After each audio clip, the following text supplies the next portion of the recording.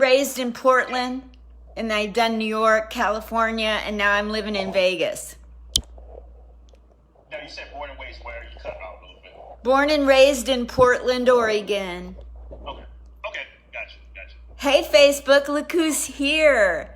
We've got JJ Johnson. Hi JJ. Who? How's it going? Wonderful. Bunch of people on Facebook and once just went, who? So is JJ your real name or a nickname? Let's get down to business. Okay, well, just jumping right into it. It's a nickname. My name's Jeremy Johnson. I love it. But the nickname just kind of came when people get lazy. I guess they didn't want to say the whole name. But my dad, he was called JJ too. His name's James. So I mean, it's kind of one of those easy nicknames to go to when anytime anybody says their name is J something J, they use the initials. It's pretty catchy, you know? I might have to go by LL. No, somebody already took LL. Nah, but he's not that cool. Never mind. I can't talk about his tongue, and then I need a cold shower. Okay, so he does know how to use his tongue a lot. Let's get serious. Hey, JJ, what you drinking? Oh, I'm just having a Dale's Pale Ale, actually. Oh, wow. You got to hit them. You know, this is going to get a lot of traction, so you need to hit them up for sponsorship. That's... Yeah, they got it coming now, see? What a nice sunny day and a nice Dale's Pale Ale. We should have a drinking thing where every time I ask you a question that you think is a good question, you have to take a sip. Oh, okay. All right. So, JJ, I was so thrilled to be able to get to interview you because in my I'm a boomer. I'm a 50s girl. I grew up with the Harlem Globetrotters. Oh. And I saw that and I saw you got to be an in-arena host for quite a few different teams. But talk about the Harlem Globetrotters for just me. Tell me about that. Well, I mean, yeah, I grew up, seeing their show a lot as a kid, seeing their games. But the opportunity came along. They had it was kind of the end of their tour, and they had a opening for a host, and so I just well, actually, what happened? A friend of mine played basketball for the Generals, and he told me that they always look for hosts. So I submitted probably a month before, but a month later, a position came open that they needed a host for the tour.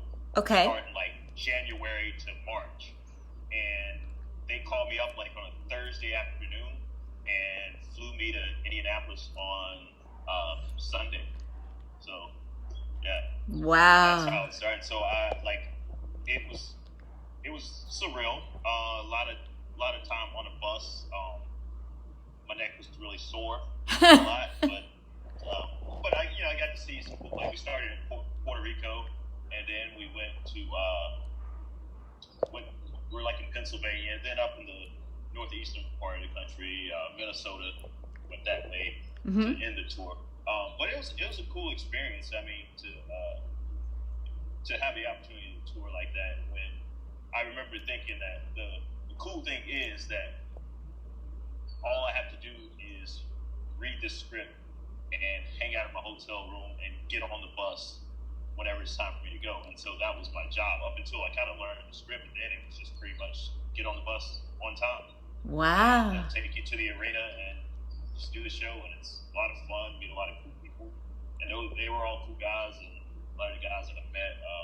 I tore my Achilles tendon towards the end of the tour, though. What? That was the bad part. Yeah. Yep. I tore my Achilles tendon. Yep, sure did. How'd you do that? I mean, like you'd think they'd do that.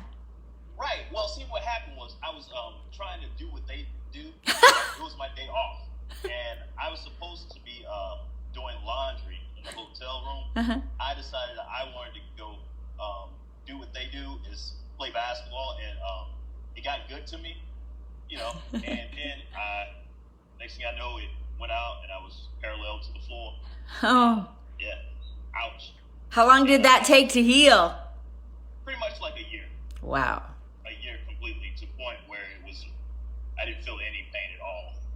But I, like, since I was on tour for so long, well, after getting off the tour, I just sat for pretty much 3 months.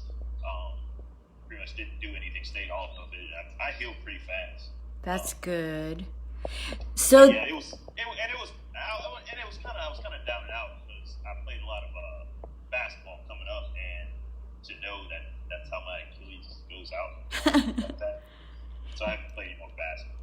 did any of the Globetrotters have to carry you off that day? No, none of them were around. Oh, good. I was with another like crew member. Basically, we were at the YMCA. So, now the embarrassing thing was, be funny video pop on it here. But the embarrassing thing was that I had to go back to the hotel, and I was on crutches, so they were all looking at me like, "What in the world happened to you?" Like, and it's something that I should have never went and played basketball, being in that situation. But lesson learned. And I did like probably 2 weeks of the tour, I think, in a boot.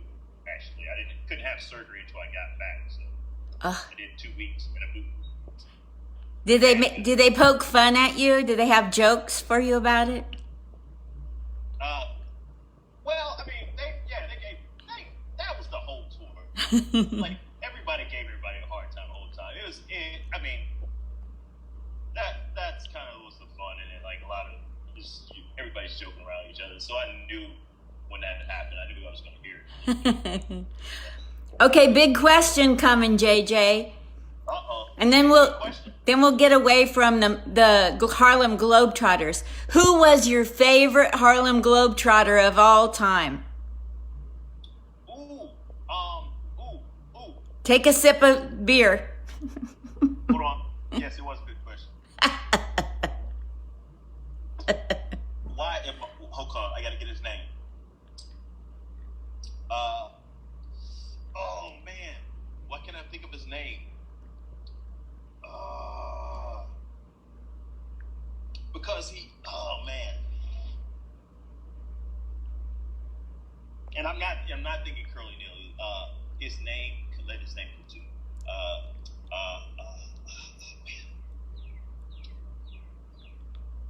Oh man. Wait, his name will have to come to me later. No problem. Actually, hold on. Actually, it'll probably take me too long to look him up. But yeah, his name will have to come to me later. Well, they traveled around the world, didn't they?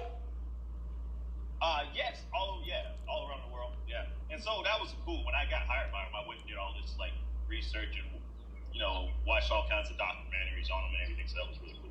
Yeah, well, I come from Portland, Oregon, where we had the Trailblazers, and they didn't know really how to blaze many trails. So when I was a kid and we got to see the Harlem Globetrotters with some real skills, I was out of this world excited. And it taught me how you can use comedy while you're doing high level sports. You can be funny in that moment. See, okay, yeah, that right there, what you just said, that's kind of like me in a nutshell. It's kind of the reason I'm hosting for teams. Okay. It has a lot. Okay. when I got started doing stand up, doing like open mics like everybody else, Mm-hmm. and I eventually got to a point there wasn't a lot of open mics around here in town. Mm-hmm. Well, here back in North Carolina.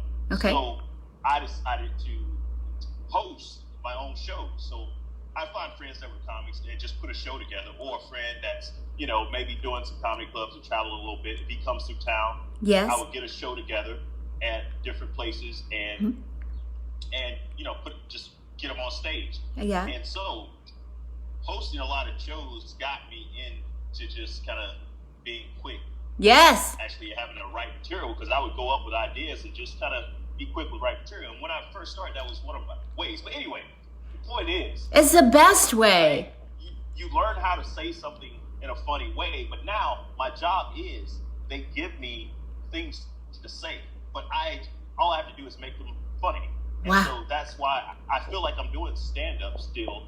I'm using those stand-up skills, but I'm actually using it for a job. That's kind of, and then the Globetrotter job, when I got that, that was kind of like, I wish I could have done that longer because it was like the perfect job because I was a host and I was a comedian. So it's like, I got it. I got like the joke, the fun of it, the atmosphere of it. Like, it felt really good when I was doing that. So, yeah. And you were in an environment where the corporate feel was comedy. Yeah, exactly. And it was, and when I got, and it sucked because when I got the hang of the tour, that's when the tour ended. That was the end of the tour. And a lot of the guys said that. They said, once you get the show going to where you want it to go, the tour comes to an end. And like, but it was still a cool experience. I met some cool people. Like, so yeah. Yes. Who's your favorite person that you got to meet, to get to know? Favorite person through the Globetrotters? Or famous people that came to the games. I would say, well, Did Jack Nicholson go to any of those? I don't really. Who did I meet? I mean, I just meet the Globe. Some of the. I met like Sweet Blue Dunbar, and like I got to work with him, and he was on the show White Shadow back in the day. Oh. And I remember watching as a kid. It was the Globetrotters episode was a couple of them were on there. So that was cool to get to meet him. But one. Could I ask you to put your head down? Could you drop your head down and there you go. Perfect. Here we go. I got you. Hold on. Hold on. That's so much better. Thank you, JJ. Yeah. Sorry about that. I was That's okay. bouncing here. It happens. But what's it? Yeah, the one of the cool guys that I met, his name's Frenchie. He's a actor model out in LA. Okay. And he was the host when I got on tour, so he kind of coached me to kind of get on the ropes of what they were doing with the show and everything. But since then, I've kind of seen him do all this like cool stuff, and so he's kind of one of those people that like kind of motivate me to do stuff. But he's like the host out in LA. He's doing all kinds of stuff. He's branding himself and everything. So he's probably one of the cool people I got to meet. And he was the host for the LA Clippers at one point. So we do the same thing. Yes. So you were also in arena host for the Charlotte team in North Carolina? Yeah, the Charlotte Hornets. Yes. NBA team here. I worked for their G League team, the Greensboro Swarm, which is in Greensboro, North Carolina, about an hour and a half from Charlotte where I am. So like I worked down there, but it was all the developmental players. But I've gotten to know quite a few people in the organization there, so that's kind of cool. Any of those developmental players move on to the big league? Oh yeah, all the time. Yeah, a handful of them all the time. A lot of players do. A lot of the players they have contract situations. I mean, I don't know all the ropes of it, but a lot of them kind of go back and forth sometimes depending on need, development, and what the NBA needs. And they might go down to train or learn offense or rehab or that kind of thing. So absolutely. Cool. Yeah. Off on a side note, you've been around basketball a lot. What percentage of cheerleaders really know the difference between offense and defense? Oh, they do now. They do now. No, they... Even the blonde ones? Believe it or not, yes, they do. They know it all. Yes, they do. That's good. They play, actually. I remember in high school in Portland in the 60s, the cheerleaders didn't have a clue. They would have to get cues from other people when to cheer. I mean, I don't know. I would have to think that cheerleading so different now. Yes. It's such a sport now. Yes. And yeah, it's such a sport now. So I could see it being like way different back then about how people looked at cheerleaders and everything. Yeah. So tell me, how long have you been doing comedy? More than 20 years? I like to say I started in 2003. I had it almost exactly. I, I did a little bit up before then because I did a little bit before then, but 2003 is where I decided to leave Appalachian State and go out to LA and just start getting on stage and doing some. Actually, I didn't even go out there to start getting on stage. I went out there to pursue acting, so I did a lot of that stuff, like getting into that too. But I just got on stage while I was out there, and that's how I kind of started. And I was out there for like a year, and then I came back and I got the job hosting at the Comedy Zone that was in Boone, North Carolina. Wow. So I was hosting there for probably almost 2 years. I was hosting there. It was a Friday night show. Used to pack the room out with college kids, and if I had that gig right now, oh man, like just how full that room was. Yeah. And I had no idea what I was working with then. I had a lot of fun doing it, and I felt like I was doing a good job. But I think if I was to go back and know what I know now, yep. That stage was so big, and I like to be real physical and like move around. Like I don't know, it just and the audience was really close. Wow. Really close to the stage, so that was kind of cool. Yes. What's your favorite thing that ever happened when you were doing comedy or in a comedy club that you'll never forget? Getting invited to Paul Mooney's birthday party by Eddie Griffin. What?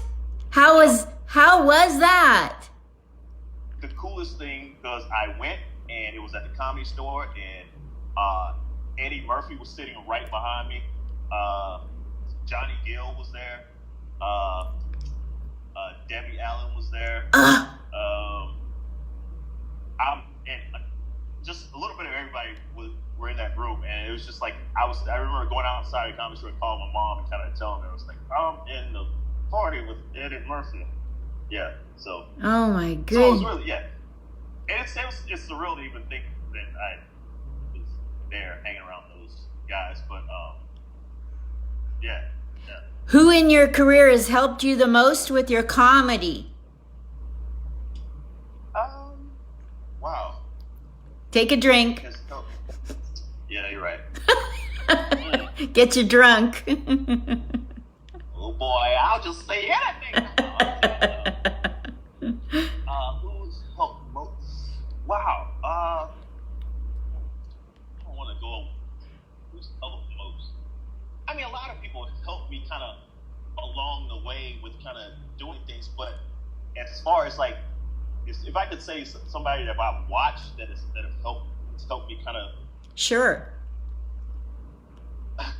This is kind of far-fetched, but I would have to say Russell Simmons, because Russell Simmons had Def Comedy Jam back in the day. I've never met him before or anything like that, but I used to watch those shows, and the amount of energy that a comic would put into his act during some of those shows, I still watch reruns to this day. It always came to me like, it's not so much what they're saying, it's how they're saying it. They're saying everything with so much confidence and so much energy. It's entertaining. Yes. Like, they're not getting laughs. Like, they no one may be laughing, but that doesn't mean they're not interested at the time. Like, the crowds are so into those performers, and so now that now I've like met some of those guys that were on that show and everything, but I would have to say watching that show, like anybody that was on that show performing probably helped me the most, because I saw that. I would watch stuff so much before I even touched the stage. So. Well, Russell Simmons is so passionate about anything he does. Just that passion and commitment. Yeah. And I had no end, just, kind of the things I've read about him, and, who I've known to this day. It's pretty cool to kind of see where he's come from, and so. My daughter went and met him at a book signing or something. Oh, really? She's a huge fan of Russell Simmons.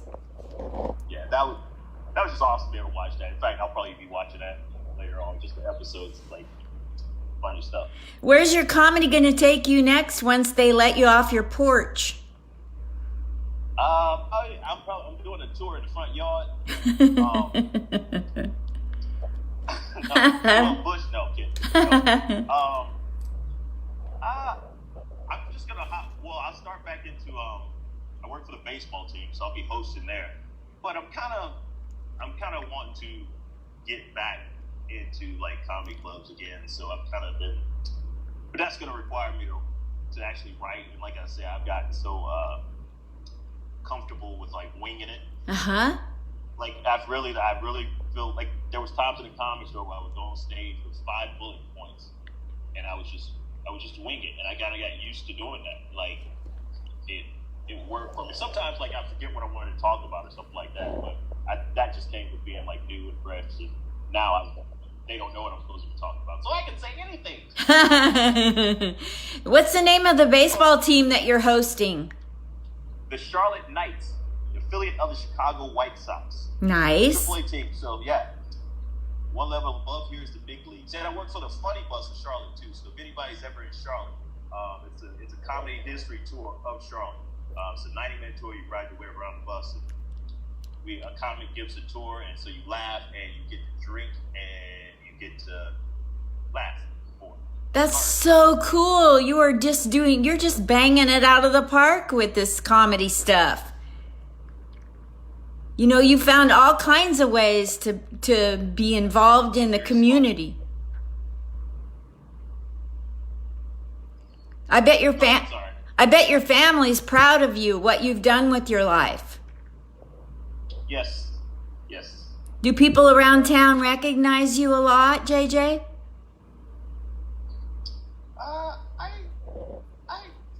Somewhat. I don't know. Somewhat. I think so. Maybe. Yeah. Sometimes. That's so cool.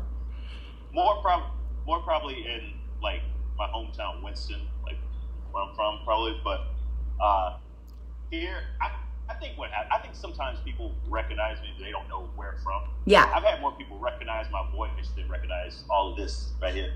Yes. They'll hear me and they're like, "Oh, I recognize that sound." So, what's the next thing you're planning on doing in your comedy career? Because the Globetrotters are no more. Honestly, it's really what's really been weighing heavy on me here recently. Like the whole reason I went out to LA is because I wanted to be an actor. Because I was actually in a theater program at Appalachian. We had just got done with a big, serious play. And so acting is kind of really what I want to pursue now. But I feel like now that I've lived a little bit, I have things to pull from with acting. I've lived some moments. So I've kind of, I would say my craft is developed. It's developing, and I think stand-up's been helping that. Yes. But it's something about when I get a script that's not comedy, yes, the way it makes me feel. Yes. And I like that feeling, and I've had the opportunity a few times to actually do a film and actually do a film that I was a character through the whole project, and so it's like it's a lot of work, but I kind of fell in love with the process. Awesome. Is there any kind of role that you want to go after, or you're open to any role that makes sense? Any role that makes sense. One role that I kind of want to. I guess if I had to pick, like, if I had to do a genre, and that's kind of what I like, suspense thriller. Kind of, yeah. So I could always find the humor in a script, but yeah, I think I could be intense enough to make it work. So that's awesome. But the preparation of the whole thing is so much fun. Like, and it's just to be prepared. It's froze up. Just a second. It's so relaxing. There. Now you're good. It froze. Yeah, we're good now. You're looking good. Oh. Yeah, so I like the whole process of actually getting it. Okay. So you're going to be going back and pursuing acting. Yeah. That's cool. So let me wrap it. And it's different. how to get into it. So I kind of learned again, like everything's so on here. It's all what? Everything's such based on social media and Yes. getting yourself out there, branding and all that. And I just need to get into the audition so I can read. Yes. So if anybody on here knows of any scripts, send them to JJ. He's open to it. Please, yeah. If you're working a film or a independent film, or you know anybody that is, send something to JJ. Cool script that I can read. I like to just break down scripts. It's fun. Cool. So, this pandemic has hit a lot of people in the pocketbook and in their hearts. Have you had any family members or loved ones pass away from the virus? No, I haven't. That's good. How about friends? No one that friends of friends. Okay. That I've heard. So, but yeah, it's a terrible thing. Yes, it is. And also the pandemic has hit people in their pocketbooks, and some people are open to giving out their Cash App and Venmo if anybody wants to donate. Are you open to that, or are you good and you want to not accept donations? I'm open to it. What's your Cash App and Venmo, JJ? I don't know. Oh, no. Or you can send it to me after if you want. I'll send it to you right here. Okay. Well, I'll show you to you here. And also, where do you want social media numbers? Do you want them on Facebook, Instagram, Twitter, all of the above? All the above is fine. Okay.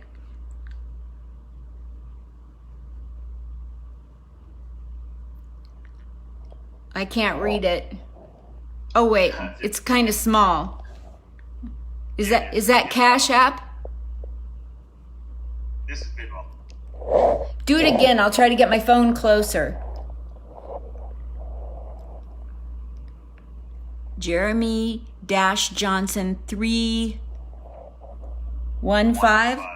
Jeremy Johnson. Is that dash between the N and the 3 also. Okay. And that's Cash App or Venmo? That's Venmo. Venmo? Okay, perfect. That's good enough. And do you go on Facebook, Instagram, and Twitter? Do you go by JJ Johnson? Yes, JJ Johnson. And on Instagram, I'm at JJ Entertainer. So on Instagram, it's different. It's JJ Entertainer? Yes. Got it. So I will add that to the post once I get off of here.